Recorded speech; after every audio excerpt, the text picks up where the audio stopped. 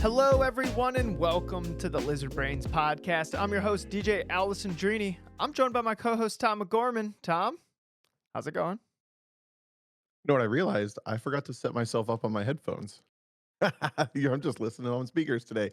I'm uh I'm doing good. How are you? Do you want to take a second and put your headphones on? Or is that gonna... No, this is fun. I feel free. I feel Okay. like my ears can breathe for the Yeah, first time ever podcasting. yeah, Tom can run around the room. You, I've got a breeze through my ears because there's nothing in there. Just nice and drafty, my refreshing. my only thought is because the headphones allow you to immediately hear how you're interacting with the microphone. So far, you're, a professional, so it should be fine. If it starts to become a problem, I'll let you know. I think I like it. Okay. I feel Oh no. free. No, Tom. All right, so I was driving a lot in the last like week and a half or 2 weeks or whatever.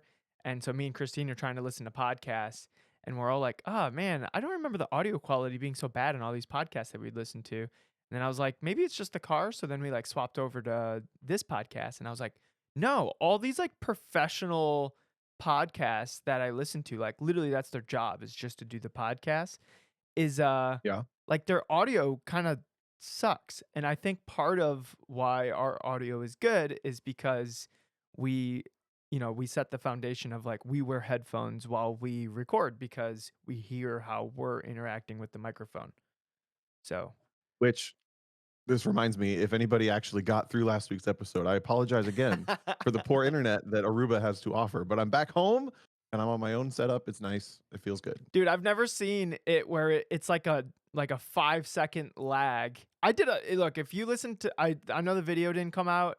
Maybe someday will come out, but it was just too much editing in the limited time that I have to get the podcast out. Which sucks because Tom had a little video bit in the beginning, which is unfortunate that might not see the light of day. But um, it was oh Tom, can you get that banner thing going? Uh, it's I forgot where I was going with this. Oh, I did a Something lot about of our podcast actually has good audio. well, I did a lot of editing to cut out a lot of the really weird pauses that we had in between when I would talk and when Tom would talk. So, but if I made it where it was no pause, then us talking about the delay wouldn't make any sense. So I had to leave some kind of delay in there, but not to the extent that it actually was. It was actually pretty wild. I would say something and then like 5 or 6 seconds of silence later, Tom would respond to it. So I don't know what satellite route this my voice was like going across the internet to eventually get to Aruba, but it was a wild journey. I think it like went to the moon and back. I've been to the moon. Dude, it was pretty wild. But yeah, I'm glad that we're on normal internet. And then the next episode should be recorded live because we're gonna record an episode at PRI. So me and Tom will be staring into each other's faces as we record the episode. You said you drove a lot this week and a half. Where did you go? What were Well, you doing? just in general, just because like going to Road Atlanta and stuff like that. Maybe I didn't bring it up in the last Right. episode, but yeah, I was like that's kind of cool. Like our audio is actually like people compliment us on the audio, but like it is actually like super good. So thanks, Mitch, for getting us the proper equipment. AutobossOhio.com. Oh, No, I realized that I dealer's don't think that exists anymore. that dealer's dead. Mitch is still alive, but the dealer's gone. We did a new button for Mitch. uh, We'll just get a thanks Mitch button. yeah, So yeah. what'd you do this weekend? You guys went hiking, yeah? Yeah, we went No hiking driving? in the snow. No driving. I played iRacing a lot, but you're the one that did driving. You're carrying the show right now, Tom. We're like having trading off weekends of who's driving and who's not. I love it. Guys, I got my first GT4 racing experience, and I have so many stories about it, so many things to talk about. Uh, so I've driven GT4 cars. I got to do the World Racing League race this past weekend with some friends of mine. The guy that owns the car is named Clark Camburn, and we're just launching right in. He owns or he runs the production company that does broadcasting for SRO and for the runoffs and for Ferrari Challenge this year. He did Pikes Peak this year.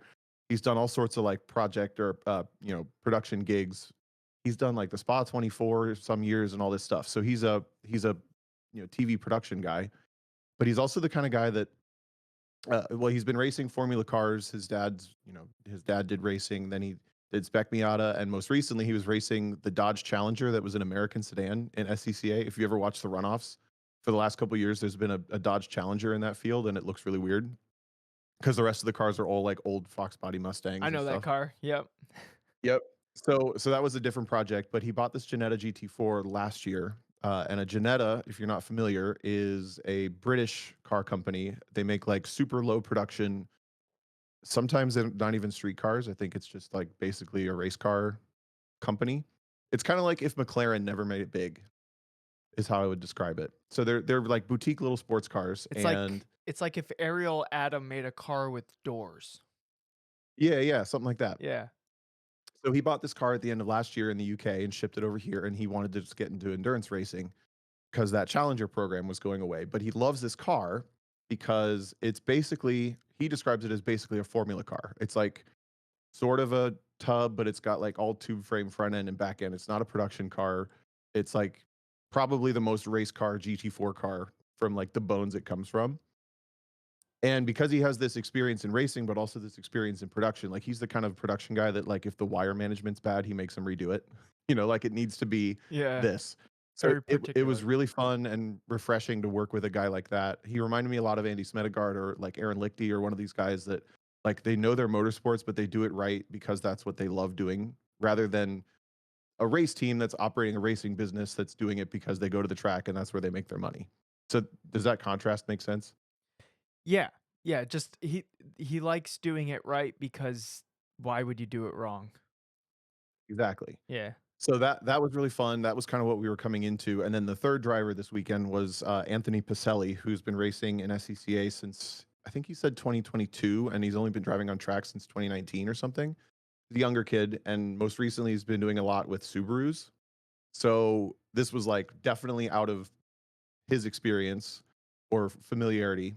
I've never raced a GT4 car, and Clark's just got this car in the last year, and he's learning how it runs.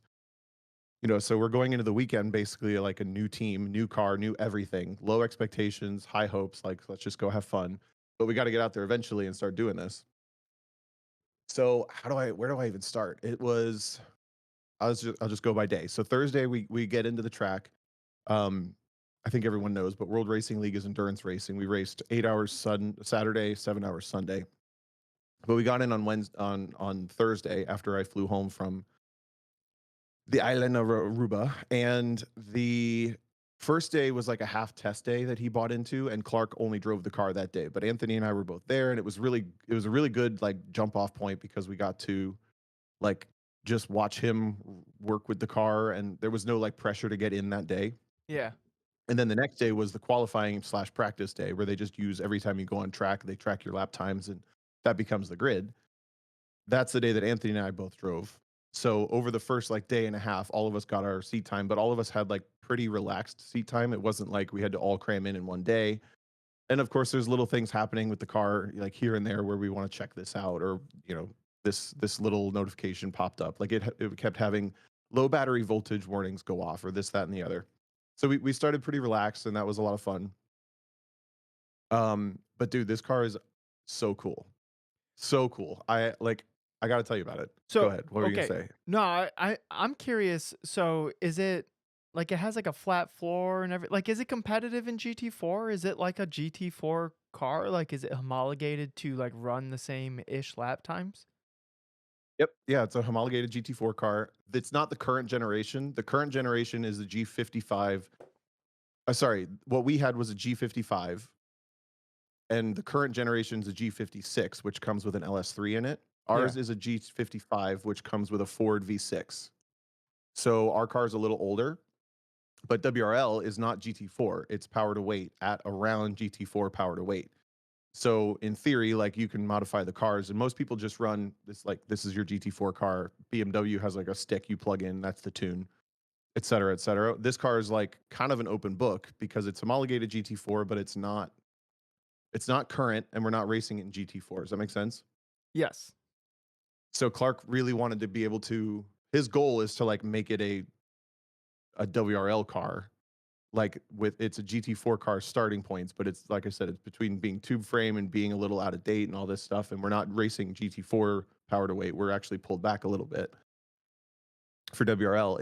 It fits really well. And he's got all sorts of like harebrained ideas to make it work better and stuff, in addition to the normal stuff. What kind of transmission does it have? Is it like a Sedav with like auto blip and stuff like that? Yep, it's a sequential paddle shift car. It's right-hand drive. I totally didn't even think about this, but it's a British car, so duh, it's right-hand drive. So I get to the track and I'm like walking to the what is the wrong side of the car, and it's kind of registered. Like I go to the passenger side and I look in to kind of look across what I the bet cockpit looks I like. bet they were watching you. They're like, "Oh, I love this moment," because like you have to be Yeah. not the first one who's walked to the left side of the car to like. Did they prompt you? Every Were they like, "Hey, why don't you go get situated and see how you're gonna fit in the car," or something like that? No, no, I always go and look in the doors, like or in the window doors, in the windows, and just like look at the interior. Yeah. And I lean down on the passenger side to look in across the, what I'm assuming is going to be the empty side of the car, and the seats there. I'm like, oh, duh, it's a right-hand drive car, you idiot. But luckily, it's a sequential paddle shift transmission. I think it's a Sadev, but I'm not sure which brand. Uh, which takes out the right-hand drive like challenge Yeah. because you're just sitting on the wrong side of the car instead of having to do stuff with your left hand and shift and all this. I think I honestly, Um, I think I would adapt to that pretty quickly. I don't think that would be that weird. Yeah. So every pit official or everybody that needed to come up to the car, I'll get there, but I had to get towed in once. They came to the wrong side. Like everybody's on obviously thinking I'm on the wrong side of the car. But the only times that the right hand drive was weird was either in paddock, like because you have to put your butt way closer to stuff on the right side. So Mhm. like you could watch. I remember Anthony got in the car and drove down where like he would normally put his butt in the seat, but the rest of the car is on the wrong side of Yeah, him. yeah, So yeah, he's like yeah. way closer to stuff on one side. I'm sure I did the same thing. And then weirdly enough, when you watch the in-car video back, you know how you watch in-car video, it's And it's usually in the normally off middle, to the right. but you perceive what you remember is from the left side of the car, and then you watch the in-car video and it's in the middle of the car. So you have this correlation between like this is what I perceived and this is what it looks like on camera.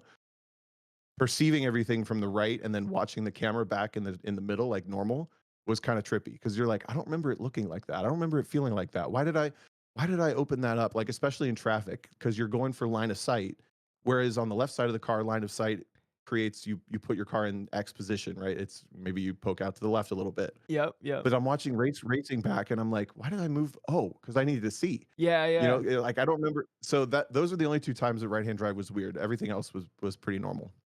But the best part about it was, Coda, like turn 1, 11, 12, 15, 20 are all like left-hand hairpins where you usually can't Normally, see. yeah, normally the A pillar is in exactly the right or wrong spot, depending how you're looking at it, to Yep. completely block the apex. So you're just turning in at your A pillar. Yep. Instead, panoramic view. You see, like literally, it was beautiful coming into every one of these hairpins. So there's like no excuse to miss the hairpin. But for the first time ever, I drove Coda being able to see all those corners like perfectly clearly. And then weirdly, like there were two spots that it was tough to see. It was tough to see turn 6, which is the longest double apex right-hander in the middle of those S's. If you're Yep. following me, you've driven this track before. Um, you kind of do the first few flicks, and then there's that really long right that breaks up the S's. That was tough to see. And then turn 13, which is the first right-hander in the stadium section. You've gone down the back straight, do the hard left braking, and then that first right-hander after. Uh, you turn in late enough that the I guess the passenger side B pillar, if you're thinking of a normal car, gets in your way, but you're sitting right next to it too, so you can just kinda turn your head over a little more and it's fine. So, were you ever driving? Because this would also probably be a weird engagement. You know how like are you ever like driving next to a car and like you look over at them to like try to get a sense of like the person sitting in that seat? Do you ever do that? Like if they're like looking frantic in the car, you're like, "Ooh, maybe." Yeah. Yeah. Were you ever have a run side by side with somebody and you looked over and you could literally high five them because you were so close to them? No, Because no, normally there's a whole not quite. car width in between you guys, but if you were side by side with somebody and they're on your right side, you could literally like reach over and like tickle under the chin like a coochie coo. Yeah, no. Uh, Unfortunately, no. It is weird to pinch, like, where you're going through right-hand corners. It's weird to put your body as close to the car as you do to pinch a car to the inside. Like, say I'm on the outside, they're on the inside turning right. Does that make sense? Yeah. But I don't know. It was pretty organic to just jump in. Okay. Um, so It, so yeah, jumping in the car. What were you gonna ask? I was gonna say, anytime I've driven a right-hand drive car in iRacing, it feels weird for like half of the outlap, and then it's fine. So I'm assuming it was basically the same as that. Yeah, like once you got up to speed on track, it was Yeah. there was no active thought about what was going on with that. It was like I said, mostly when you watch the video back, you're like, "Ah, this looks different than I remember it," but obviously. So I mean, there's not much to say about the car other than it's a proper race car, and I've been working on the words to describe that, but it's the closest thing to the GT3 car I've ever driven. It's not like most GT4 cars. I've driven the Porsche GT4, uh, and a Mercedes street version of the GT4, but whatever. They feel like production cars with race car stuff bolted to them. And maybe some of the others feel like that, but that I have not driven, maybe they feel more like race cars, but it reminded me of the TCR cars I've driven where the Audi feels like a production car they bolted race car stuff to, and the Civic feels like a race car because it's like I don't think it's even the same subframes as the production car. So it just changes the feel of the car. It makes it feel way more like maybe what you experience at an indoor kart track where it's like way more raw, there's fewer moving parts, there's way less fit and finish. Um, but there's not like the production based stuff that makes a car need to be better on a racetrack. Am I making sense?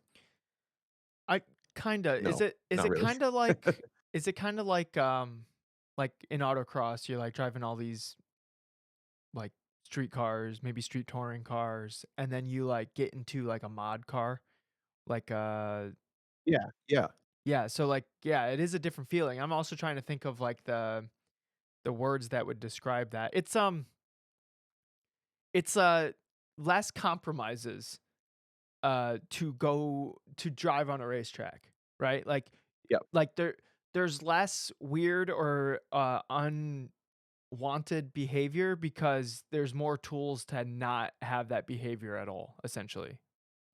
But it does create other challenges. So launching into the first race, actually, I was driving home on Friday night, it just started to pour rain, and it basically stayed raining through Sunday morning, more or less. Like, it never dried out all of Saturday.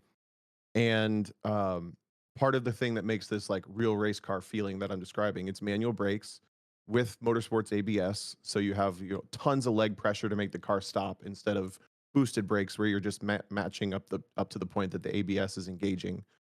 Um, you have obviously this car has like a racing transmission in it, so it makes a lot of noise, but it also has like the tiniest little flywheel. And then it's a Ford V6 engine from some SUV, but they put a big cam in it. So it's like a really revvy engine that likes to rev and it doesn't like to idle super well when it's cold and all this. So that makes all of the inputs of the car happen much more rapidly to like when you request them. Like everything's touchy, everything's loud, everything's got that like race car sensation to it. So I get in the car. We agree that I'm going to start the race. I qualified the car seventh in class out of 33 cars in the qualifying session, which I was like super proud of because I've really never been up that far in WRL. And just having some people I know in WRL be like, "Hey, good qualifying today," and be in the top class and like have been perceived as like having done a good job that day was really cool. Um, so I get in the car seventh, start rolling out, and I sent you the video. I'll maybe try to find a way to link the video in the description of this podcast, but the car was pissed. It was so unhappy. So And like so it's I good. saw the video and it like was it like locking the rears or something? Because you would hear like a tuck tuck tuck tuck tuck tuck like when you were on the brakes. I have no idea, but all I remember or what I was thinking as I'm going through this, I leave the pit lane. So we don't have rain tires. We're just on the Bridgestones, which are good in the wet, but not like puddles. It's puddling. Um, the race car's cold. The tires are cold. I've never driven this car in the wet before, What was the and that's temperature? when I kind of it was like probably 45, 50 Yeah, degrees. 45 degrees dry, Bridgestones are awesome. Wet, 70 degrees, Bridgestones are awesome. Yeah, 45 degrees and wet, it's gonna take a little bit to get some energy into them. Right. So I spin the tires spin up real fast in second as I'm like pulling out of the grid. Then I pull third and they spin up again. And then I pull fourth and they spin up again. That's all before I get to turn one at the top of the hill. Then I go for turn one and I'm starting to try to like go down the hill and brake. And every time I hit the brakes, it feels like axle hop in the back, just going like, ka-chunk, ka-chunk, ka-chunk, ka-chunk. And then the car, like, it's not really stopping. And then I'm floating. And then as I'm trying to like feed in the throttle again, like cami engine with tiny flywheel, every throttle touch was like boom, and it would just like explode the rear end of the car moving again. So it felt like I'm going from this like massive lockup to this like sliding. Every fiber of my being was telling me this is stupid. And what ended up happening was our goals for the race were no contact, no penalties, and finish. Like first race for the car ever. Just like those are our three goals. And I'm thinking like all of these goals do not equal the starting this race where I'm at. I'm so uncomfortable. The car seems pissed off. I'm hydroplaning. I'm spinning. I'm having all this. That's not how you don't have contact and finish a race. So I radioed to Clark on their first of the three warm up laps, like, hey, the car is really uncomfortable right now. I think we should start from pit lane. What do you think? And he thinks about it for a lap. And after the third lap, I come around and he's like, yeah, I think that's a great idea. So ultimately, I bitched out. I got some bitch in my blood and I pulled in at the green flag and started from the pit lane, In hindsight which in hindsight, because you made that call in the moment. In hindsight, was that the right call? it was. But I also learned something like this is a really good learning experience because I learned all of those things that make this car annoying going slow are fine when you're going fast. So I came out of the pits at the back of the field at the green flag. I got like most of a lap to just be around by myself and realized like I'm not going to be hydroplaning down the straights. When I'm at full throttle or just driving and shifting and braking and all this at speed, it's fine. It's just this car cannot go slow. It hates going slow. So even under dry conditions Interesting. in full course yellow, the solution is to hold the brake a little bit to keep some tension in the drive line all the time, and Oh, then you okay. you drive. Or you just deal with bucking and it basically if you've never driven a car like this and you're listening and you're having a hard time relating to what it feels like, it's essentially the moment before the car stalls when you like slip the clutch and you stall at the red at the green light, you know? It like and then stops. It Yeah. feels like that all the time when you're trying to go slow, and And the it's tires are just very under uncomfortable. temp, and, it's tightly sprung, and, and it's wet, Yeah, and yeah, all these things, and, like, it's hard to be smooth when everything's jugga around. That's a word now. And, yeah. How do you spell that? jugging. Yeah. Um, yeah, so that actually kinda makes sense, but once it was, like, higher in the revs and not bucking, then it was fine. Were you, like, short shifting like crazy just to give yourself some modulation on the throttle, or was the cam, very narrow in where it wanted to, create power? Oh, No, it was pretty broad. I lost the So you're what still happened? here, and I'm still recording, but for some reason, my computer locked. Oh, okay. Yeah, so Now it's your turn for technical difficulties. The Yeah, I mean, the takeaway from that is now that I've driven that car in those conditions, I will be more confident in any car that behaves that way in those conditions because I understand why it's happening. And yeah. that to me is like a really big the most similar thing I've ever lived through this kind of thing is the first time I drove like a stock car, I went to Roebling Road and I drove a GTA stock car, which was an old ASA. It's like an older style of like tube frame NASCAR thing. You ever been to the racetrack and one of those guys is around you in paddock and they're like flying? They're doing like 25 miles an hour in paddock and they just like blow by you and they you know what I'm talking about? Sorry, I was distracted a little bit getting the screens back and going. Oh, okay. Say yes. Yeah, yeah, Yes, nod. absolutely. Yeah. Yeah, so those guys that are like flying through paddock in these real race cars, it's because they can't go slow. They need to be like at idle in gear, which makes Because which the is like clutch 20 to is 30 miles an hour. the clutch is so touchy, and it's like they need to be Yeah. rolling at something. So I'm trying to drive this stock car around like 5 to 10 miles an hour in paddock, and it won't even stay running. That's the closest thing I've ever like lived to this. Okay. So we start the race. I think I went from uh, it didn't really even matter, but I think I went from 33rd to 16th in that first while having started from pit lane. And then the race is going on and on and on, and then there's finally a lightning break, and the moment the lightning break happens, we obviously have to come in and get out of the cars and shelter and stuff. They won't let us stay on pit lane. Um, that was right when it was starting to get really heavy and the Bridgestones were not able to, like, not hydroplane anymore. So it Yeah. was perfect that I didn't have to drive in that. And then the weather was starting to clear out by the time we got back in the car, like an hour and a half later. And the best part was as I got to the garage, Di and his wife Chi and Jason Wynn and Kirsten all walked through the door because they were in town for Matt Waldbaum's wedding. So during the red flag, I got to like hang out with my friends from Wisconsin and That's cool. GLTC and stuff. And then we get back in the car and they reset our drive time. So I'd done like a 2.5 hour stint up to the red flag. And then I did another hour after. So I drove the car like a buttload on Saturday. But the last thing that the car does that was really annoying is it would deny if you were off throttle and you wanted an upshift, it would deny the upshift, but it would also cut throttle and try the shift a couple more times. So you can hear it happening in the actuator of the transmission. You could hear it like when you shift a sequential and it makes the air like pew, pew. Yeah, so hold on, you were in 3rd and you'd be lifted and you would try to go to 4th and it wouldn't Yep, you needed some kind of because the decel load on the drivetrain wouldn't let it shift. So correct. you had to, like, neutralize the load on the drivetrain before it would No, shift. it would cut. Yeah, but you so if you were off throttle, it would just not do. It would cut the throttle and it wouldn't do the upshift. And then it would try the upshift, like, you could hear it go like, "Choo, choo, choo, choo." It would try a couple times, and then it would give you throttle back. So I don't know what the logic there is, but the Yeah. tuning of the logic was not very good, and then it just gives you throttle back with no warning, like 2 to 3 seconds later. Wow, So that there were much of a multiple delay. times. I know. So I spun once because I was going around the outside of traffic, and I requested a short shift from 2nd to 3rd to try to be able to have power, Yeah. and it denied my shift because I didn't understand the logic yet. So then I had no throttle, and it didn't give me the third gear shift. So I'm in second. It gives the throttle back, and I spun. And that almost happened 2 or 3 more And you're like, times "Oh, as no, I'm I look like figuring a out, like, Larry." yeah, yeah, Yeah. basically.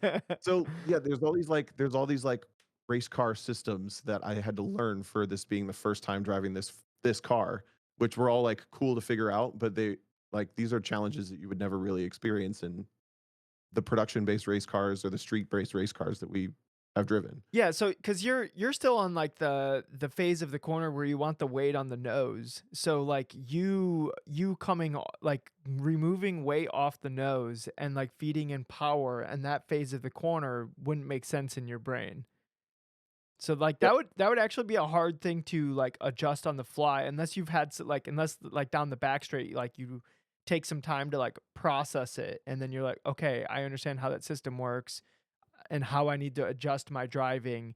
So, hopefully, the next time I'm in that situation where I want a short shift, I can just, like, set my foot on the throttle a little bit and get that short shift in at the Yep, cost and of after the removing first, weight. like right, after maybe the first 2 hours in the rain, I had it figured out, but the first 2 hours and it did it to me maybe twice in the dry over the let's say 45 minutes I'd driven the car prior, but you're on throttle so much longer. You're not really off throttle doing nothing very often in the dry, Yeah. especially when there's a shift involved, but being in the wet and being around traffic, there was multiple times where I would request a shift and it would deny it, and I didn't understand why, but then I didn't understand also that the throttle was gonna come back like that, so yeah, that was a little interesting. Would it in And then that the last bit of that situation in that situation, would it let you downshift? no, it just everything stops. But you can hear if I remember correctly, there were like 5 shift requests while the throttle was cut. No, But I don't no, no. understand because you need to So be on throttle to get the shift. let's say like you're coming in 3rd gear and you wanted to like pop to 2nd to like help the nose like tuck in a little bit more, like last Mhm. second. And so you went to 2nd or maybe like traffic bogged you up and you're like, "Oh crap, I need to be in a lower gear than I was Oh, anticipating." Would it go to that gear? yeah. It would do the downshift off throttle every time, no problem. Okay, yeah, because I was thinking, man, that'd be weird. Because then you would have to be blipping the throttle, which would be weird. Were you left foot or right foot braking? Left foot braking, which was so fun. Yeah. I And the other part is the car is like it's designed for a certain amount of aero that it has for slicks. And we're obviously on 200 treadwear tires, and this is the first time out for the car. So part of it is I've never had to deal with, like, pitch sensitivity with aero nearly as much, and maybe it's just because I wasn't educated enough when I drove the GT3 car, but I don't remember the GT3 car being nearly as pitch sensitive as the Ginetta felt. And by pitch sensitive, I mean the not only the weight moving forward when you lift, for example, in the long carousel at Coda, we needed to lift about the second apex where most cars would need to like tuck the nose to finish the start to finish the corner. If you did too much of a lift, you wouldn't only weight the front of the car, but the pitch of the car would change the aero balance on the car as well. And this is the first time that that was really noticeable. So I started the weekend feeling like the car was just way too stiff because it couldn't really like let the tire get into the ground. It just felt like the car was on the track instead of, in a groove. And by the end I was realizing that it's so much more pitch sensitive at all speeds to when you weight the nose. So I was using little like drags of the brake to change the speed instead of a big lift in the middle of the S's. Sorry, in the middle of the carousel, or you know, just small nuances that if I had driven the car 5 years ago, I would have figured out too, but I wouldn't know why. And now Yeah. I'm like able to put words to them. It's pretty cool. Yeah, it is pretty cool. But Clark also has all these ideas to make the car more conducive to what we're doing with it now versus like the Michelin slicks that it races on in the UK, like Super Cup series that they have like a spec series for. Yeah. You could control, like, that pitch with, bump stops and then soften up the spring, so, like, when it's fully loaded, it can be flat on the bump stops, and then, when you're moving weight around, you can have the softer springs that would help with the, like, the compliance and, like, setting the weight into the tires. Yep. Um I know that's basically what I did with the GLTC Civic is I tuned the splitter being as flat as possible in a corner with the bump stops and then had the springs like tune the rate at which the weight like how it settled the balance of the car basically. Mm. So is that kind of the ideas that he had or are we on the same page or what was his ideas? I'm curious. He's got one that's pretty out of the box, but I don't know if he'll care if I share it. But he's talking about trying to do a third spring setup on it to keep the roll a little more under control so that we can run the mainspring softer. But that's like a Formula Car thing that he understands and I don't. I was So gonna say I'm not too versed in the third spring thing. Is that like a anti-dive kind of thing or I know where it sits between the uprights on the front suspension, or it sits between the uprights on the suspension. So it's a roll based spring that's unrelated to on to the sway bar? the unsprung weight on the tire. If that makes sense. Yeah. Okay. So I have whatever. something to He's like I learn. said, he's Yeah, smarter yeah, than yeah. me. He can do that part. But it was fun to listen to him talk about it. Me put words to what the car was doing. Me being able to say it's too stiff, and him being able to say, but also these things are being affected. I'm like, oh yeah, okay. It's just fun to Yeah. like work with that. Like Well, I hope you he get to drive this starts car someday somehow. he's talking about like the third spring and you're like, "Yeah, yeah, yeah, yeah. I'm gonna drive it." Whatever. Yeah. Um, so the last part of Saturday that it really had any like storytelling to it, I was really proud of having the fourth fastest lap by the time I got out of the car, like 4.5 hours into the race with the red flag in there. The only cars that were faster were the two 911 Cup cars, which were in the race that are like detuned to WRL power. And there's kind of two teams in WRL that all the other teams are just like, yeah, they do whatever. And one of them runs a Porsche Cup car, or two now, and the other one has these really modified Mercedes AMG GT4s that they've done their own stuff to. Those cars are somehow always like 2 seconds faster than the next car, which is how it worked in qualifying. And then basically two of those cars and one other car, the other Ginetta actually was a little quicker than me by the time I got out of the car. But like having the fourth fastest lap in the race in these conditions on the dry tires and everything, I was like, Yeah. okay, I did a good job. Yeah, yeah, yeah. Um, the only bad thing that happened was because he's in production, we have not only live telemetry to the pit lane from the car, but we also have like an almost no latency feed from the car to the pit lane for video. So we had like all this information, but we don't know what to do with most of it, half of it yet. And he was trying to decide whether we trust the pit lane telemetry that was showing one fuel reading and or the dash on the car, which was showing a different They one. were And he could showing see different both readings? lane. They were counting differently. So like the logic on one of them was counting differently. And he was trying to decide which one to trust. And the first time we swapped, I think is the first time we swapped, trying to see what the other one would do, I ran out of gas. And when the car runs out of gas, because it's like a race car, it It's doesn't just like have a gallon left. yeah. So you're just dead. You're just out of It gas. died on the way into turn one. So I'm like rolling down the hill towards turn two. And they always say, like, go for the orange cutouts, go for the orange cutouts, go for the orange cutouts. I have no gas, and all I have is gravity coming down off of turn one at like 45 miles an hour. There's a cutout straight ahead, but it's across a gravel trap. And I'm like, okay, my options are sit on this side of the track or try to make it through the gravel. So I went into the gravel, having been, gravity sped down the hill. And I almost made it, but then I got stuck in the gravel with no No. power and no gas. And then there's this So little I feel like white an idiot. Ginetta sitting off to the side in the gravel. But luckily I put it in the gravel in a place that they could tow me without even going yellow. So it was like a hot pull. Okay. And then we knew, don't trust the car's parameters, trust the or whatever it was. I mean, it sounds like Uh you kinda got the the goals of the weekend, at least so far, right? Like, you learned yeah, about the for sure. gas, like, no stupid penalties, the car has no damage. Like, it seems like it's been a productive weekend. It kinda sucks that you need to spend a WRL weekend to, like, figure all that stuff out, but because I don't know how else you would test that. Like, you almost have to go to a race weekend to test how Agreed. it would do in a race weekend. Yeah. Yeah, so we made it through Saturday with the goals. We got we got a 1 lap penalty for a visor up under fueling.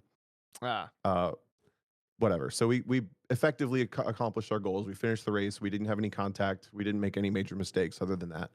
The next day, though, unfortunately, so Clark started the race, and one of the problems we were having under full course yellows in the heavy rain and cold, the car would drop to like 120 degrees Fahrenheit on the coolant, and it would drop the rev limit and it would pull power and whatever until it Mm. got back up to like 150 or 60. So he taped up all sorts of stuff to try to get more air contained in the engine bay. And the car went to like 220 degrees after he left the pit lane on the warm up lap. So we were like, way too much.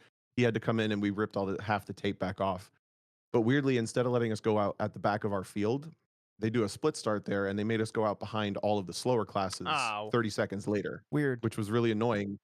Only because I don't care about being competitive yet, but I'm like nervous that Clark has started the race. So I'm watching this in-car feed of him going through like 45 slower class cars in the pouring rain still, just like on tiptoes. And they don't Mhm. know that he's back there. Like they don't have any way to know that Yeah, there's how a would they faster know? car coming. So that was really nerve-wracking, but he made it through fine. And then he does his 2 stints. Anthony gets in, he's doing his stint. I have 1 or 2 stories about him in a second, but he did a really good job for his first weekend in a car like this too. On Anthony's second pit stop to get his next tank of gas, we had a flash fire where there was, a pretty significant ball of flame went up just from gas vapors. And I'm on the radio talking to him. He's in the car. The 2 fuelers are doing their thing, and all of a sudden there's this gas fire that flares up, and it's scary. I don't like No, that sounds It scary. was scary. I don't know. So ultimately, everyone was totally fine. There's basically no damage to the car, and I learned that when that happens, because the fuel is spilling everywhere, it's the fuel that's on fire. So if it doesn't burn for very long, it's basically the vapors around you. So it takes a minute for you to get burned. So nobody got burned. The car barely got burned, but we learned that the fuel filler neck that works with these like the endurance racing systems. There's like the red cap on them. You know what I'm talking about? They always have that red topper. Yeah, I kn Oh, and, like, you have to pop the cap off to let the air into the tank, is that what you're talking about? No, on like the real endurance fuel tanks, they have the red head that is essentially Joel said it's basically a dry brake. So it's like that it seals everything and then it slides into the car and it makes like a connection and that's how the fuel runs in, but then when you pull it back out, it seals itself. Okay, I'm not familiar, I've never actually, like, walked around and looked at those fuel jugs before. Sure. The next time you see one of those fuel jugs, you'll just be like, "Oh yeah, I've seen that every time. I just never thought about it." For some reason that dry brake didn't seal. So it just spilled the rest of the tank everywhere. So Clark is like I said, if the wires are run wrong, you rerun the wires. He was like, I don't know why this car caught on fire, and we cannot be catching on fire. That's not okay. Yeah. Duh. So we didn't fuel with bodies in the car anymore the rest of the weekend. Like we took our time to. He took all of the caps, the dry brakes apart to figure out like did that one have more tension in it? Did it have a burr in it? Did it get stuck somehow? Yeah. What he determined is that one's from a different brand than all the others, and so he just like took that one out of service. He's going to send it back to them. But then we were really, really careful the rest of the weekend and we were off track for like 2 hours just to clean the car up and everything because it's covered in fire extinguisher at that point. Yeah. So we were off track for a while and we went back out. I think I drove the last like 30 minutes because Anthony also got his. So Sunday was way less, way less conducive to our goals because we caught on fucking fire, but it ended up being okay, and it was probably a good learning experience because also if you have those kinds of if What you have those redhead fuel is filler that what it's caps, like, called? check the tension on them. Huh? Well, what brand is should we throw a brand under the bus? 'Cause we don't know exactly what happened. I'll say exactly what he found. What he found, so that red head, that they use, the filler style, they call it a redhead because 'cause they're all red. It's licensed to other people to produce, and he found for whatever reason we had ATS brands, ATS?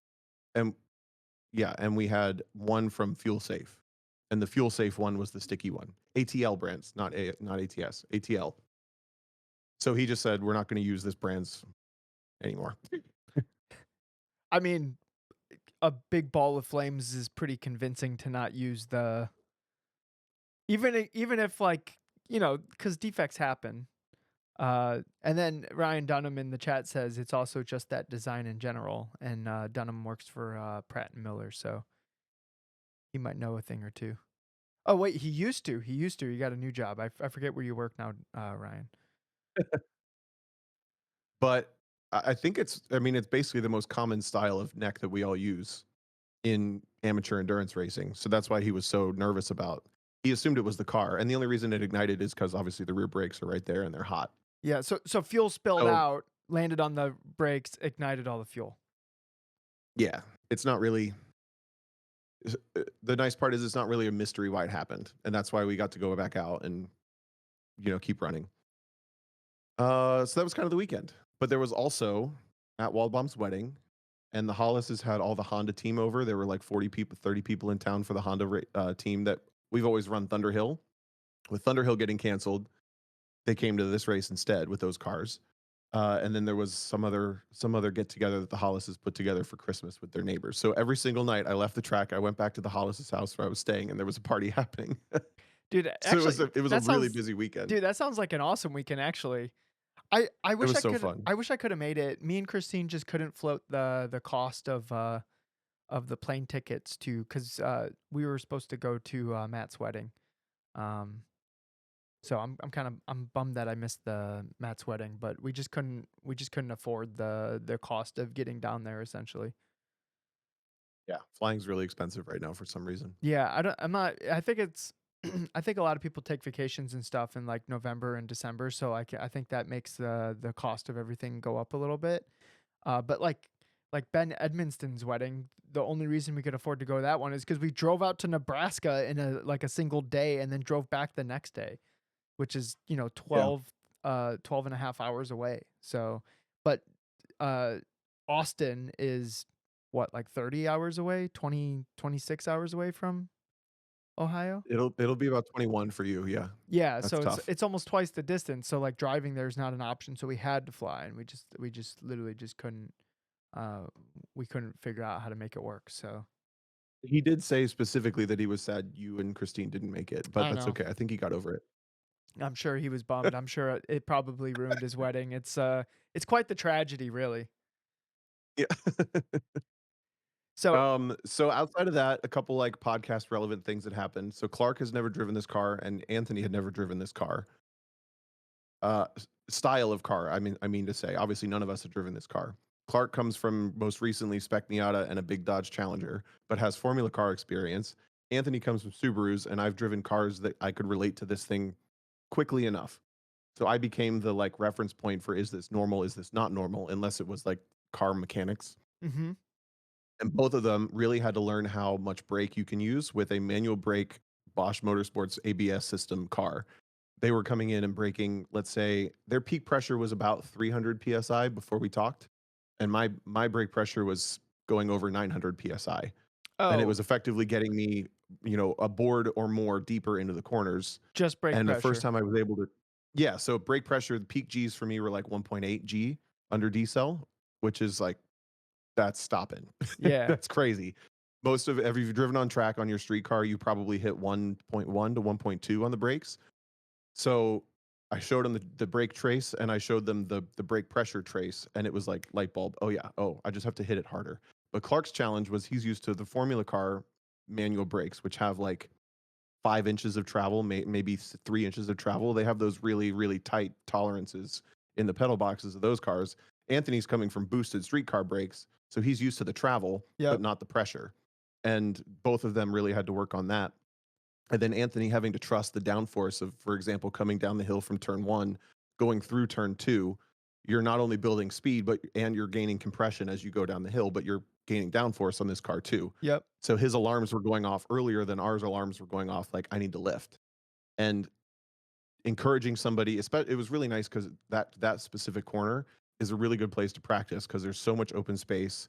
It's a very low consequence space, but encouraging him to like, you just gotta, it will go flat. You don't have a choice to like work up to it. You just have to go flat through there and And feel it. understand what the car starts to feel like when it has that downforce on it, Yeah.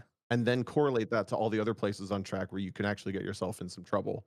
Um, and it was like he adapted super, super quick. It was fun to watch it. His process was like, I've never even been on track with this style of race and this style of car. He went like 20 seconds slow for most of the first session.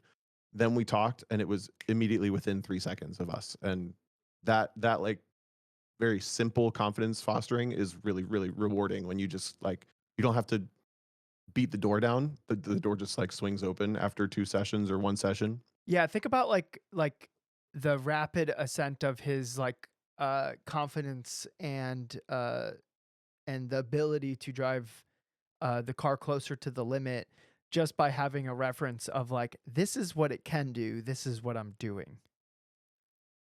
Yep. Were you guys looking at squiggly lines to like come to it's like okay, here's your min speed, here's my min speed like or was it literally just like video and having conversations about it? Friday was tough because the aim wasn't working properly, so I wasn't getting GPS feed. I didn't Gotcha. have data, but I did have video with GPS speed overlay on it somehow. So I could use video with numbers for Friday. Saturday and Sunday, half of it was a wash because it Yeah, was because literally well, a wash. yeah, and it's different conditions every single time you jump in the car and traffic and stuff like that. Exactly. So yeah, But by the end of Sunday, all of us got dry laps and dry sessions again. So and we did have GPS working in AIM, so I was able to pull data. And I'm basically going to do like a summary afterwards of like, here's the data. Here's what the data actually showed from what we kind of extrapolated to work on from video. yeah.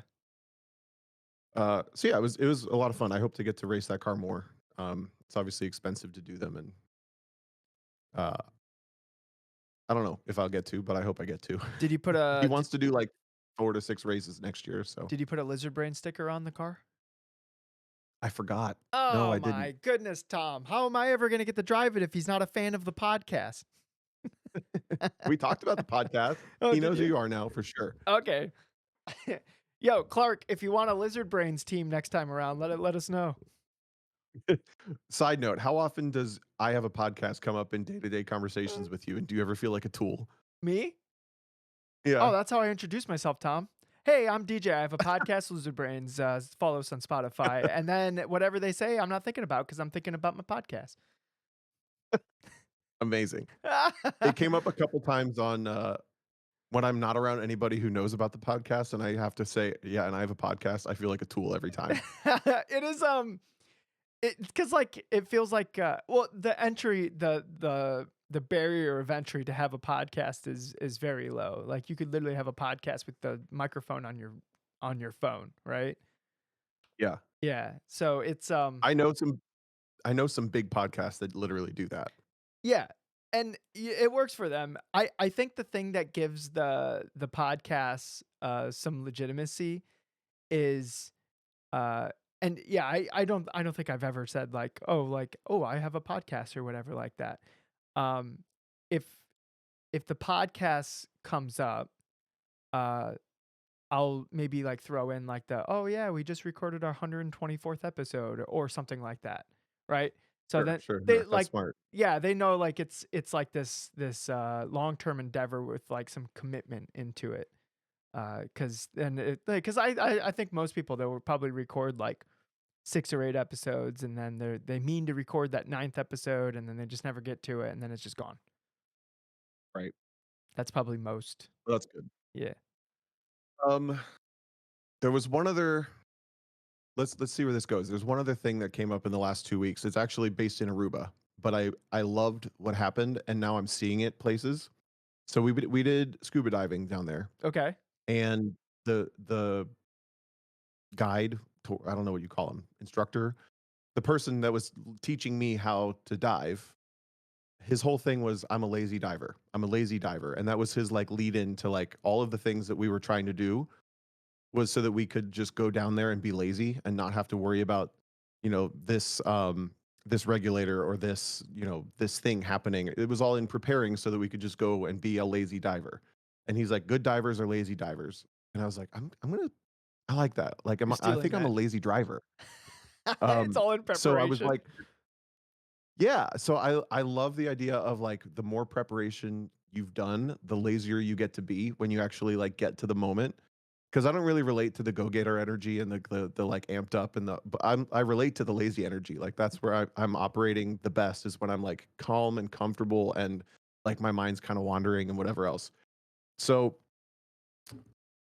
yeah, I realized I'm a lazy driver, and everything I did to prepare for this weekend was so that I could be as lazy as possible in the car. Do you relate to that at all? Is this like a conversation topic? So I would say that like my preparation is normally in like the practice or like the I'll do events and like with preparation and like trying to focus on low hanging fruit of my own driving for like some other event that I'm like really focused on. Um and then when I get to that thing that I'm focused on, I to try to make myself a bit more relaxed and like where I don't have as many nerves as I could otherwise because I've been preparing for this thing for so long, I'll convince myself that, hey, you've done the work. Now it's time to have fun. Right. I don't know if that's exactly the same thing as you're talking about, but, like you put the work in beforehand. So then when you get to the thing that you've been preparing for, now it's time to just have a good time. Yeah, okay. That's very similar.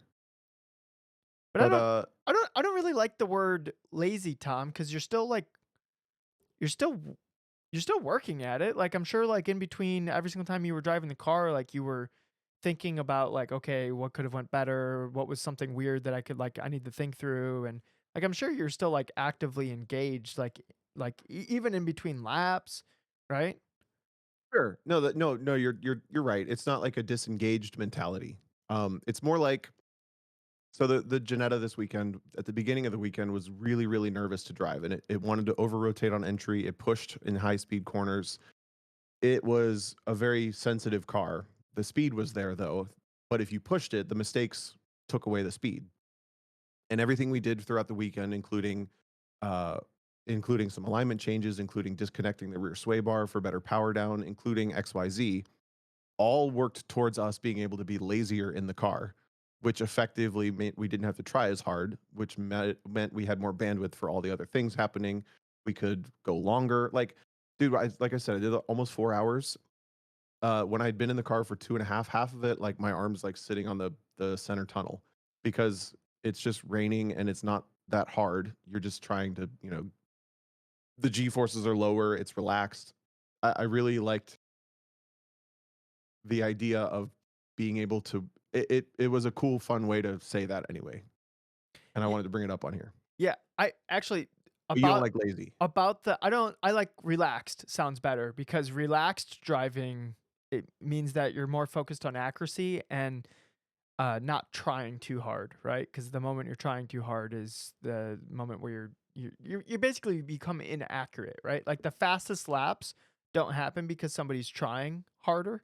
It happens because they're more Yeah, accurate, right? So if you're relaxed, you're probably more likely to be accurate. And I've actually noticed that a lot in iRacing is like if my hands or shoulders or arms or whatever get tense, then my chest. laps, yeah, chest. Uh, If you're yeah, yeah. Well, you're doing yeah, yeah. I shake my chest down the straights to keep them relaxed, Tom. So when I that's get to right. the corner, they're relaxed for the corner, right? Um, I don't actually do that. I don't want anybody to think I'm a freaking lunatic over here, uh, but yeah, just like relaxed eyes. It like starts in the shoulders down to the hands. Just being relaxed with how you're managing the weight around the outside of the car. I feel like it does. It just opens up bandwidth of what you're doing, and that extra bandwidth plus your relaxed state while still concentrating, uh, it just makes it a little easier to be a little bit more accurate with exactly what your feet are doing to, again, like how you're managing that weight. Um, yeah, so trying to be at the limit of adhesion in a relaxed state is, I think, something that everyone should be striving for. I think you'll literally go faster, and what you'll find is it will be easier than it was before, and you'll literally be going faster. Yeah. The hard part So is if you're listening to this, try to be lazier, or if you're like DJ, try to be relaxed. more accurate, more relaxed. There you go. Yeah, to allow accuracy. The hardest part is being relaxed when the pressure's on. When it's like when it's nerve-wracking, when somebody's taking up your mirrors, right? Like that's the mental battle is where you need to stay in that relaxed, focused state when there's outside things that are trying to add pressure and tenseness into the car, right? Yeah. And you got adrenaline flowing and your heart rate's going. My heart rate in the GT3 RS got to 180, but I was trying to have my body relaxed while my heart's going inside my chest. So Yeah. that's a hard thing to do, and it's something that you can always get better at. When did it peak? When did your heart rate peak relative to the session? That's an Outlap, interesting outlap, and then it tapers out. I've noticed that outlap. While you were pushing, like you were learning and pushing on your outlap, or you were like anticipating getting to start to go faster? pushing and learning on my outlap, and then as like my bandwidth is coming back to me and I'm like getting myself to relax, the heart rate will level out. I've noticed it in iRacing too, because I'll like start a workout and then do a race. And like race start is always the most tense and my heart feels it, right? The highest heart rate that I have is right in the beginning of the race. And then once like turn one and like, the first couple turns like even out and then you're like single file, like chasing each other around, the heart rate instantly comes down and then just levels out to like a baseline for like the rest of the race. And it's not like it got any Yeah. less physical. It's just like the stress on your body and your consciousness is less. Uh, so if I could start off at that relaxed, concentrated state, then I would probably be a better competitor for it. It's something that I'm like actively trying to work at. I've seen more people, or at least I think I've seen more people struggle with the slow build. So like maybe their outlap is okay, but it's kind of like that ego conversation we've had where the incidents, the small instances, I should say, add add to the intensity every single time. And if you don't have a tool or the ability to observe that that's happening, suddenly you've increased up over your bandwidth, and then you don't know you're over your bandwidth, and that's when the heart rate is at its highest, and that's when your awareness is at its lowest and your peripheral vision is the most shrunken, and that's when I think people get themselves in trouble, like, towards the end. So I think you're way ahead on the curve of, like, if your curve of your intensity is, like, peaking and then going And then down, it goes almost down. like a good brake trace, Yeah. like, you're doing a better job than the people who are newer, or almost honestly, this relates to something I wanted to say from this weekend. This is my first time being, like, genuinely the fastest class on track. I wasn't the fastest lap time car. Like, when we do champ car, it's a little different. It's basically I'm the fastest lap time, but I'm not necessarily the fastest car on track, straight line speed, or any specific thing. It's just the lap time ends up being fastest. This car was genuinely the fastest car on track of the people I was interacting with, and I did have to check myself one time. There's another class that runs those NASA NPO ones, Yeah. and they're about the same lap time, but they're faster in corners, slower down straights. There was one time in traffic where I realized, because I had not been paying attention to my mirrors nearly as much as I should have been, because I was the fastest car on track.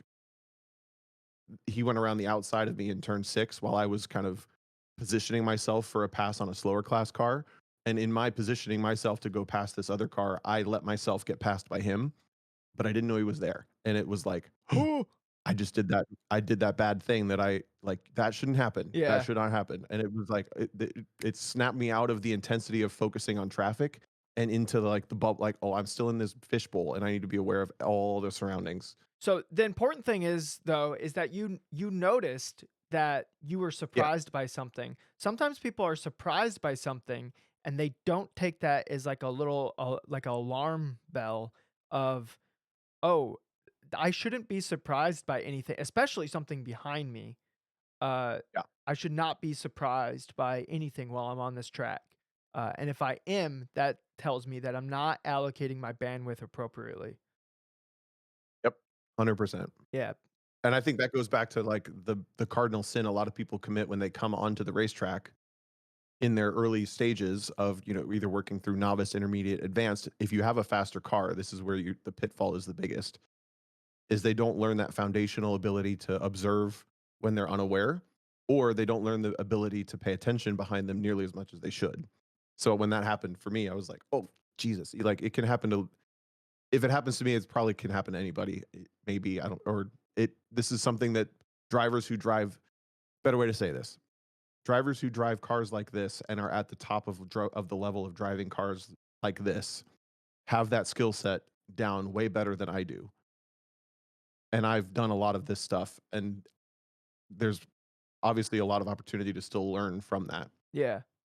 I Yeah. will say doing the HPDEs in these faster cars, uh, I've probably gotten into a bad habit of, like, literally never looking at my mirror. I just don't expect anybody to be coming up to me. I It's easy to do. well, I think it's like you're checking your mirror, and then every single time you check it, it gives you no information. So I think your Correct. brain will naturally start moving away from that. But I think we have to notice that our brain is naturally moving away from that and be like, hold on, brain. I know it's given us no information the last like 17 times we've looked, but that 18th time might matter. Yeah, right, Like you have to exactly. notice that like that's happening. Like that's a like a trend of what's going on. I wonder if anybody's ever any listeners, you've had a faster car and you've gone through that learning curve. I'd be interested to hear. To me, it's a fairly simple observation and, pay attention more. Although this car was weird because the mirrors, so the windows are sealed except for the driver's side has kind of a porthole on it. I posted a picture, but you'll eventually see it on social media as well.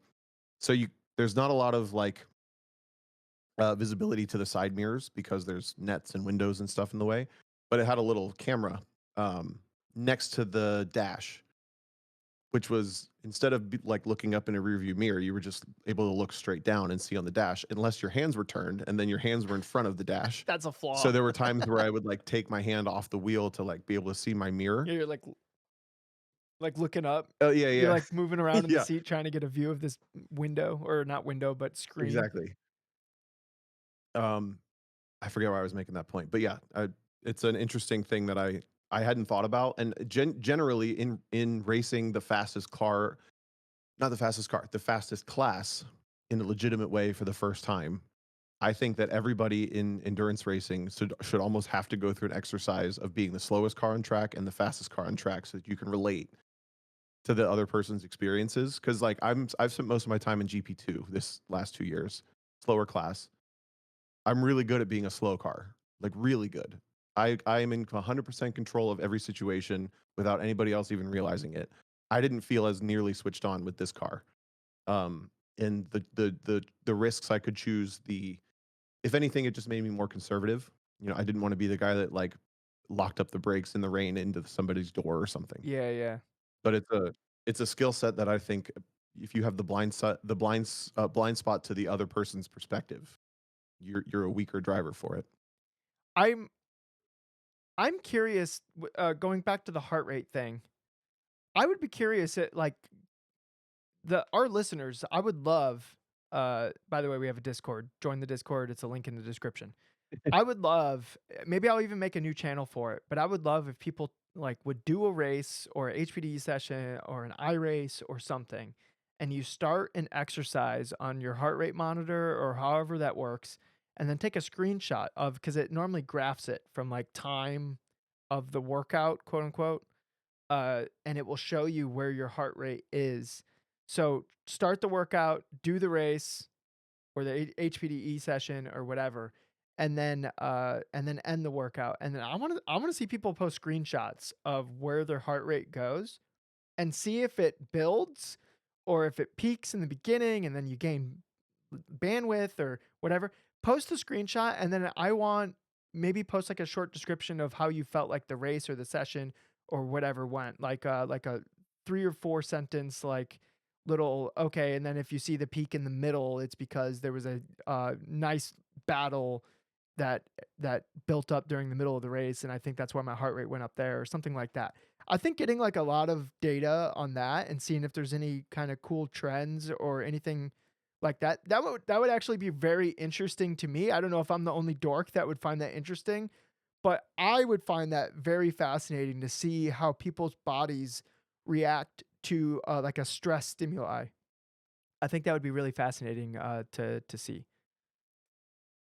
Yeah, that would be interesting to and I know there's obviously gonna be correlations between when you're in traffic or when you get that one open lap and you get your heart rate up and amped and yeah, I don't that you just do this with your smartwatch? Is that how Yeah, you do just it? do it with watch. If you don't have one, literally, they're like you can get a heart rate monitor, or like a watch that will give you notifications, like a Fitbit thing. They're like $60. So, or you can get like a watch that is like an extension of your phone that can like control media and stuff and whatever. Like I have a Galaxy Watch 7 that through Google Fi through Google Fi I could finance for 0% for 24 months and it was only $200. So it's like $8 a month. So, Oh, to me, I was like, "Ah, I have to spend $8." So far, this watch has cost me $8, and in a couple days, it will have wow. cost me a total of $16. So, Appreciation. it's basically free money, guys. I got a free watch. I hardly even paying for it. I think you're more likely to remember to think about this than I am, but I'd be curious as you're working with other people, if you start to, like, correlate looking at their heart rate relative to a session or a stint or like a session on the simulator or whatever. If you start to find correlations between when they run out of bandwidth and make mistakes to their heart rate, that'd be Yeah. really No, like, dude, keep me updated. that's why I want the data. Because if there is like so that's why I want people to post the data is if there does seem to be some kind of correlation with heart rate to performance to locked in, not locked in, if that's something that I can have people focus on to try to up their performance, then maybe, like, as part of, like, the DJ coaching experience, I try to encourage you to get a heart rate monitor, and we can actually like, that's another metric of data. Like, yeah, we got the speed distance trace, we have the traction circle, but do you have the heart rate monitor? I don't know, maybe it's relevant, maybe it's not relevant. That's kinda why I want people to post the data in the chat. So, if I'm literally I'm gonna make a new channel and it's gonna be like called the heart rate data or something like that. And I would be I would be so thankful if people post this. It might be nothing. It might be like, yeah, I don't know. Uh, I the this is all bunk data and it actually doesn't mean anything. Then like that's fine. We'll just focus on the stuff we've been focusing on. But if the heart rate can indicate the level of stress on the body and that can indicate like your performance, then that gives us something to look at in terms of like, okay, how do we alleviate the stress in stressful situations? And then that's something that we can troubleshoot and figure out. Yeah, it's like a whole new parameter that I've never thought to use. Yeah, neither have I No, until literally this conversation. hell yeah. Yeah, that would This be is why we have a sick. podcast, This DJ. is this because Tom, these are conversations we'd be having without an audience. And now Yep. it's recorded, and the power of the audience is we can get data like that that might actually be relevant. We could like we could do like a thesis on this, Tom, and then get like an honorary PhD. We could be doctors, Tom. The Lizard Brains Academy. Yeah. You get a slip of paper at the end. Yeah. And what are those things called where you can hear hearts? A stethoscope? A stethoscope. Yep. You'll Yeah. get an honorary lizard brain stethoscope. Except when you put it on, it's Um, it's just like the first episode of the podcast. You don't actually hear a heart. right. The other reason we have a podcast is so I can rant. I have one rant in my head that I gotta get out. And then, okay, hold on. Christine wanted to know your thoughts on Bucky's because we went to a Bucky's and we were supposed to have an unpopular opinions episode 2 where you were gonna rant about Buc-ee's. I think I just did it already, but I think you Buc-ee's is did, terrible, but y'all. What are we doing? I couldn't find it because it was hidden in another episode. But Yeah. Christine needs to know. She needs to know, and I couldn't exactly remember because I told her that you have very strong feelings against Buc-ee's, and Christine kind of felt the same way. So she's wondering if her feelings match up with yours. Yeah, yeah, yeah. Okay, so we're gonna you gotta go soon because you gotta go to PRI, but we're gonna end on 2 Tom rants then, I guess. Okay. You have the music queued up? No, I don't, but we can all That's imagine okay, the that's Thomas okay. the Tank Engine music.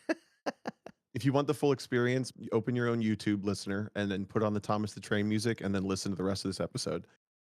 Bucky's is terrible because what is the function of a gas station on the side of a highway? To get gas? Yes.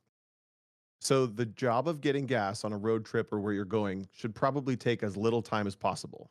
Yes, that makes sense. Okay, yeah. So why on God's green earth are we waiting down a road, down an off ramp onto the highway to go to a gas station? What are we doing? What the hell are you doing? Where are you going that you Wait, have this time? what What's do your you life mean? about? Because Like you need to rethink your I've literally sat in traffic to get around a Bucky's because these people are waiting like sheep to go in to look at the beaver or whatever.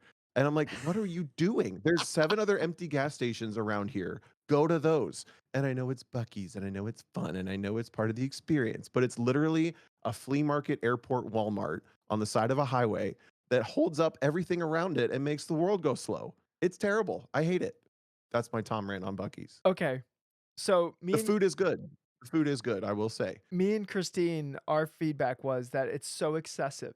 It doesn't like it has way too many gas pumps for the amount of people that I ever see there. Unless maybe it fills up at some point and maybe we went at a bad time. But there was like a fourth, maybe even an eighth of the gas pumps actually being used. There's like hundreds of them, right? And then the Yeah. store, there's actually like it's a huge store. It's like the size of a grocery store, but all the aisles and everything are massive. So there's not actually that much stuff in it. And half of the stuff in there is Bucky's branded. And when I'm just trying to get normal gas station stuff, they don't actually have that great of a selection, even though it's huge. They could have literally everything. Like when I go to a big gas station, what I expect is weird energy drinks that I've never heard of that I'm going to try.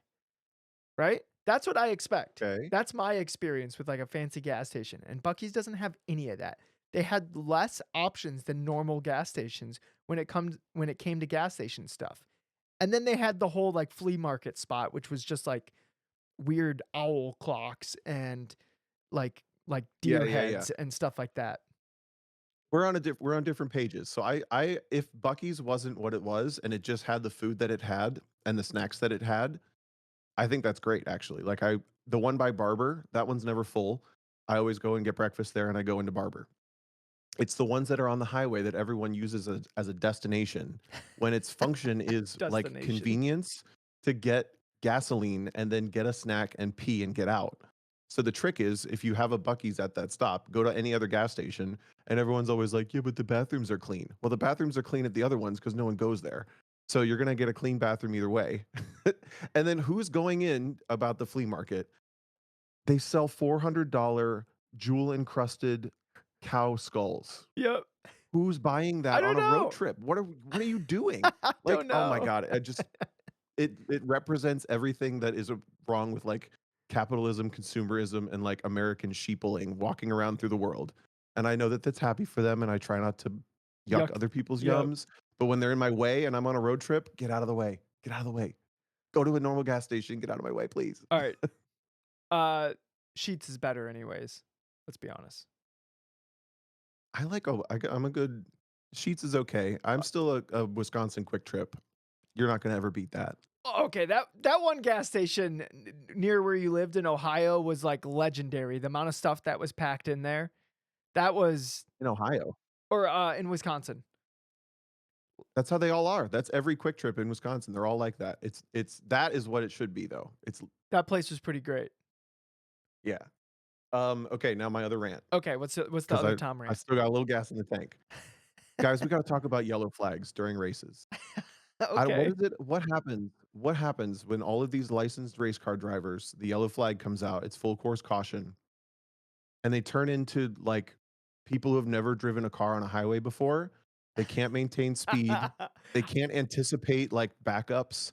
Why is it that I had to come to a stop, literally a full stop in my, like, race-ass race car that doesn't like to come to a stop, like, a dozen times this weekend because there was a buildup of traffic, and then No everyone way. raced to catch up, and then everyone stacks up fully stopped, and we're all dodging each other trying to crash into each other.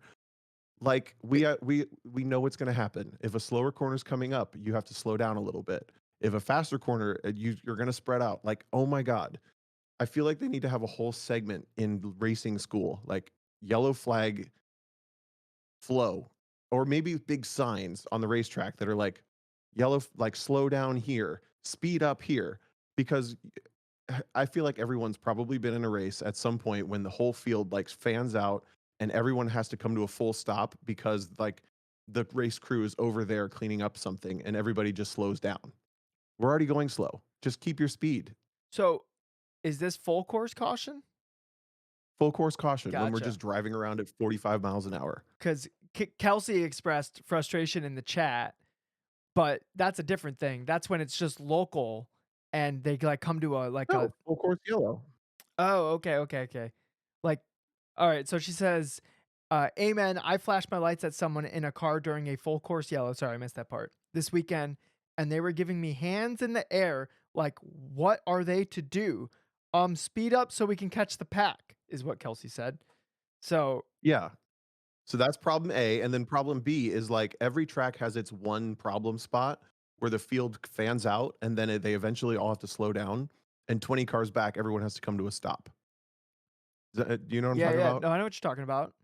Because everyone So has to like at slow down a Barber, little bit more than the car in front of them, so eventually somebody's at a complete stop. exactly.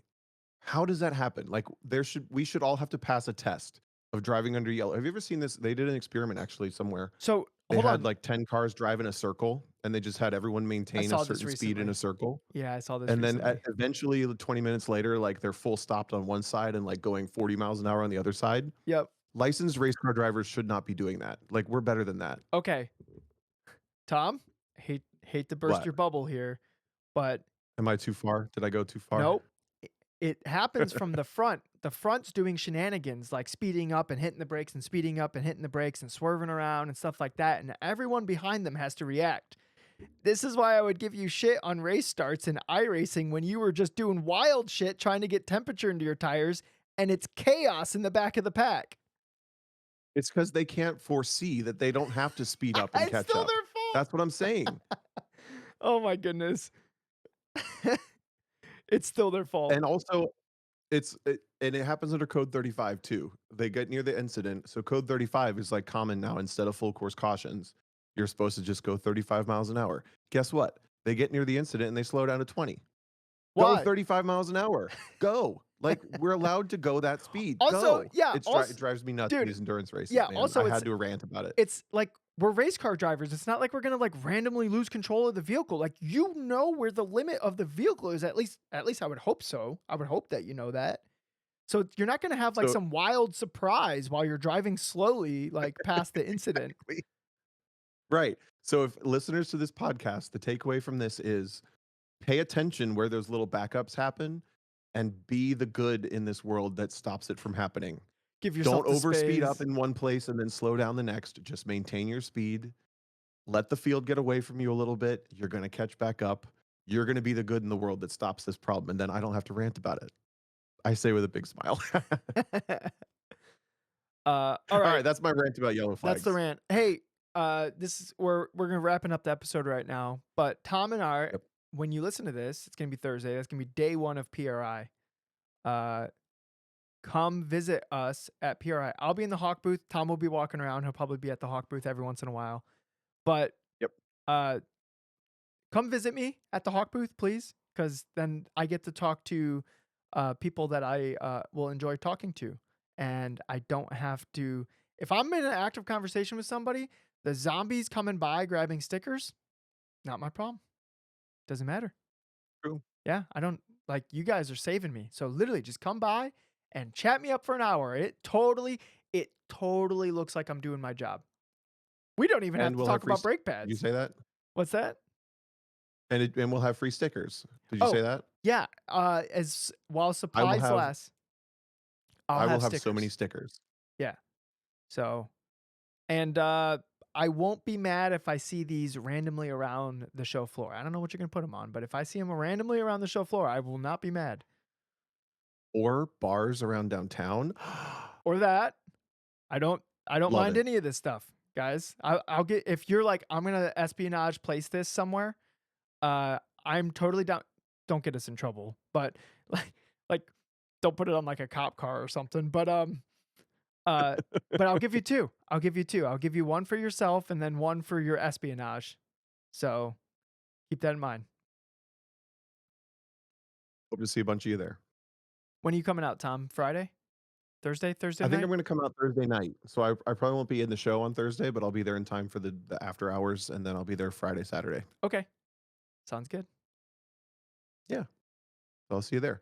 Um, Good episode. That was fun. Thanks for letting me talk and rant a bunch. It was fun. Tom, I have a surprise for you when you get to the show. So do not flake out on the show. You have to come. Will not flake out. Okay, I'll Okay. see you there. Can't wait. All right. Uh yeah, that's what we're doing this weekend. We hope to see you guys. And Tom, you wanna send us out?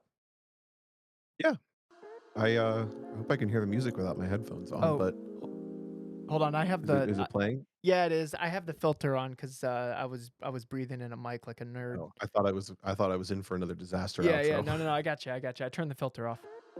There you go. Cool. So guys, take away from the episode. Watch your steps when you go to Bucky's. Careful under full course yellow. I love your hair and I hope you win.